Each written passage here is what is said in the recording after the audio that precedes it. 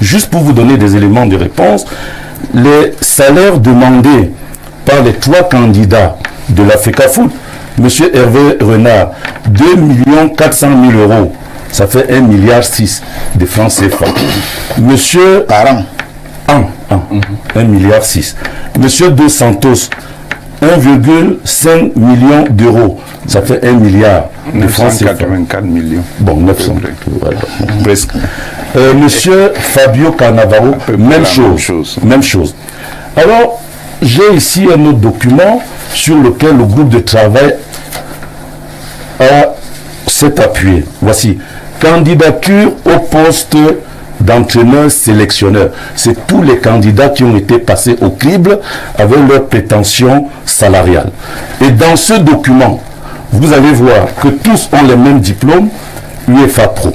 Et celui qui a le salaire le plus bas en termes de prétention, c'est M. Marc Brice. Vous savez combien il a demandé? 40 000 euros par mois. Donc 420 000 euros l'an.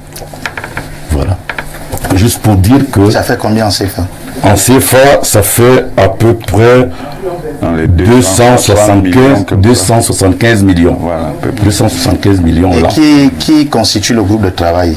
Le groupe de travail a été constitué par des personnes ayant l'expérience, dont effectivement des collaborateurs du ministre formés à l'INJS. Et les gens de la FECAFOOT n'étaient pas associés. Les gens de la FECAFOOT n'ont pas été associés à l'évaluation. N'ont pas été associés à l'évaluation. D'accord. Mais je voudrais... Attendez. Oui. Juste pour vous dire que sur la classification qui a été faite par ce groupe de travail, je vais vous dire les places occupées par les dossiers de la FECAFOOT. Monsieur José Pézero est numéro 2, ici. Le premier, c'est Marc Brice. Deuxième, José Pézero. Troisième, Hervé Renard. Voilà. Pour dire... Je ne comprends pas bien. Ça, c'est le document qui vient de la FECAFOOT. Non, c'est le document du groupe de travail et qui a classé les dossiers après examen. Le premier, c'est M. Marc Brice. Le deuxième, c'est M. José Pézoro, dossier envoyé par la FECAFOOT. Le troisième, c'est M. Hervé Renard, dossier envoyé par la FECAFOOT. D'accord. Pourquoi il y a donc problème? Il faut donc revenir à la mécanique qui règle les relations entre la fédération et le ministère des Sports. Le problème commence quand Samuel Eto'o arrive à la tête de la fédération. Il a déjà des visées de remplacer le sélectionneur qui est là, qui s'appelle Antonio Conceição, et le ministre fait renouveler le contrat du sélectionneur et Samuel Eto'o le prend très mal. Quelqu'un avec qui je discutais de ça disait de manière polémique que ça fait 1-0. C'est-à-dire que le professeur Moué les combis, même dans 1-0. Donc l'égalisation était mené. Non, c'est lui qui mène. 1-0 quand il fait renouveler le contrat de Conceição, alors que le nouveau président voulait déjà changer l'entraîneur. Non, il mène 1-0 dans cette logique. Et donc, la personne me dit que Samuel Eto'o égalise qui est dans bon quand il fait donc nommer Rigobert Song. Et maintenant, voilà, donc la personne me dit que maintenant, c'est donc le deuxième but de moi, les combis qui mène 2-1. Et Samuel Eto'o essaie de revenir au score. Et bon, cette description, quelle bonne figure. Non, cette description, en fait, nous montre l'impasse dans laquelle on se trouve. Il faut à tout prix que ce mécanisme-là fonctionne sur la base d'une concertation. Parce que c'est ça le problème fondamental du football camerounais en général et des Lions indomptables depuis au moins une vingtaine d'années. On va passer la parole à Pierre Blériot, qui vous a suffisamment écouté là. Pierre Blériot, puisque Jean Lambert estime qu'au regard de certains faits, il n'y a rien de football dans ce qui se passe là entre la Fédé et le MINSEP.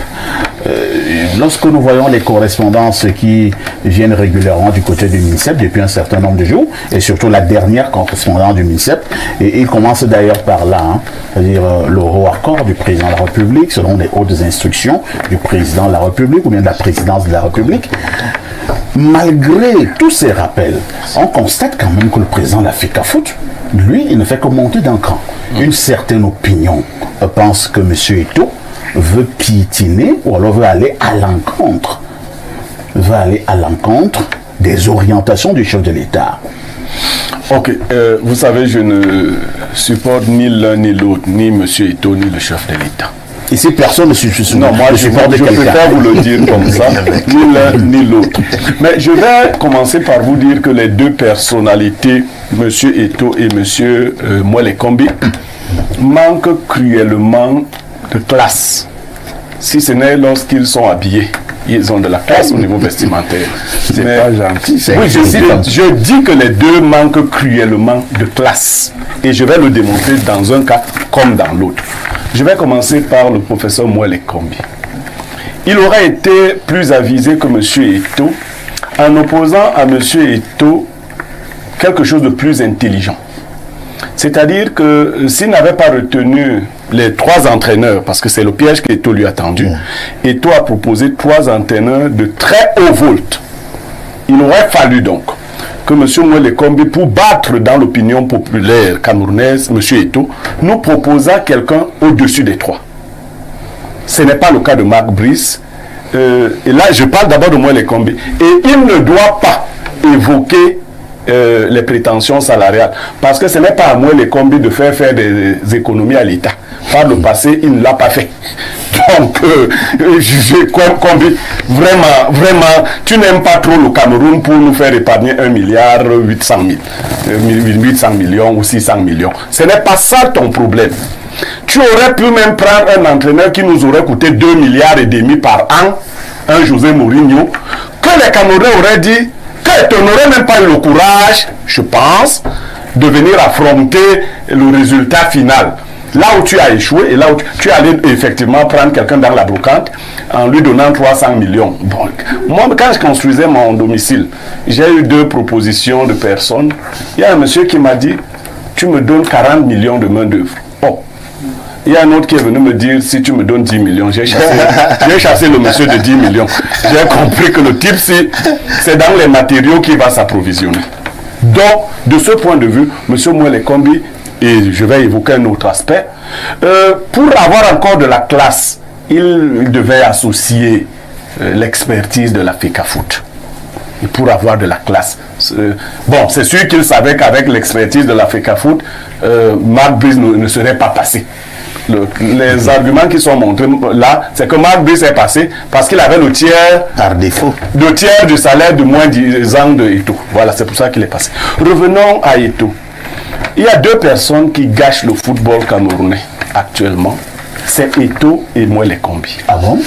Lorsque le président a décidé de faire d'Eto'o le président de la FECAFOOT, j'ai dit le président de la République, on ne change pas ce qui ne marche pas par ce qui n'a jamais marché. Est-ce que c'est le président qui est oui, c'est le président de la FECAFOOT qui a décidé de faire d'Eto'o parce que le fils de son ami était là. Je vous avais dit ici récemment que si vous êtes dans un véhicule avec un ami, vous avez une panne de véhicule, il vous dit qu'il connaît un très bon mécanicien. Vous lui demandez d'appeler le mécanicien, il fait venir le mécanicien essaye de travailler, échoue lamentablement sur votre véhicule, et que cet ami vous dise par la suite non. C'est moi-même qui suis ce très bon mécanicien. Oh, vous ne pouvez plus lui faire confiance. C'est Eto'o. Lorsqu'on ressuscite les morts, on a besoin de personnes pour nous ressusciter. C'est Eto'o et les vidéos sont là. Qui avait proposé Njoya parce que j'ai entendu les gens dire Eto'o s'est tellement battu pour arriver à la tête de la FECAFOOT. Je dis, mon Dieu, que nous avons nos cerveaux de moineaux. Eto'o ne pouvait pas tellement se battre. Un Dieu qui ressuscite les morts n'a besoin de personne. C'est lui qui avait placé Njoya. Alors, donc il n'avait qu'à enlever encore Njoya et se placer lui-même. Donc il avait dit que Njoya pouvait faire le business. On sait depuis longtemps que quand Eto'o vous propose quelqu'un, la personne est mauvaise. Quand Eto'o avait le haut accord du chef de l'État, je parle donc de la classe d'Eto'o, ce n'est pas aujourd'hui qu'il serait allé chercher les gens de la trempe de Hervé Renard. À cette époque-là, il avait tout l'amour du chef de l'État. Il nous aurait donc pris un très grand entraîneur, qu'on allait nous faire des copains-copines et ramener son. Quand le chef de l'État n'avait son oreille que pour Eto'o, Eto'o aurait dû avoir de la classe. Il a manqué cruellement de classe. Il allait prendre son petit copain et il est venu le placer là. Et lui, il ne nous a jamais dit combien il lui donnait. C'est quand on lui dit que ça a encore échoué qu'il dit que non, maintenant, le tour-ci, je vais donc vous proposer quelqu'un de bon. Et toi, tu attendais quoi pour proposer, quand tu avais le haut accord du chef de l'État, un vrai entraîneur à cette époque? Tu as attendu d'échouer lamentablement. Le véritable problème, donc, c'est Biya, j'en arrive là. C'est Biya qui n'a pas compris que ce que Eto'o savait faire, c'est jouer au football. Quand Biya a transmis le football à Eto'o, la gestion du football, il s'est dit qu'il va se calmer, lui, Biya va dormir tranquille. Aujourd'hui, la vraie solution, c'est d'enlever Eto'o à la FECAFOOT. Ah bon? Je vous dis, c'est ça la vraie solution. Et d'enlever moi les combien au sport. Alors, si Biya veut avoir la paix de l'esprit, parce que du point de vue du droit, que je vois sous les sourires. Du point de vue du droit, parfois ici, oui. Eto'o est capable, dans le droit, de bloquer le MINSEP. Ce que le MINSEP a fait avec, comment on appelle le monsieur du volet là, Abouem, ça ne marche pas.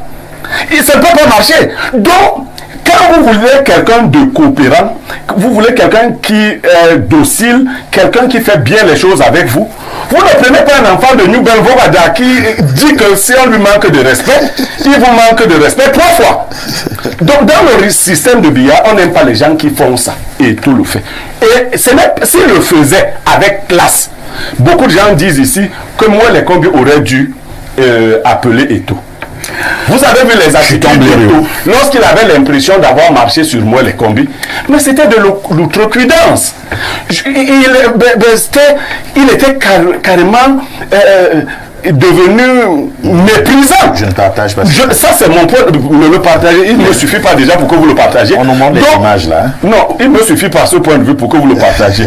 Donc, Eto'o était devenu tellement suffisant que le ministre a cru à son tour devoir commettre la même bêtise qu'Eto'o en redescendant au niveau d'Eto'o.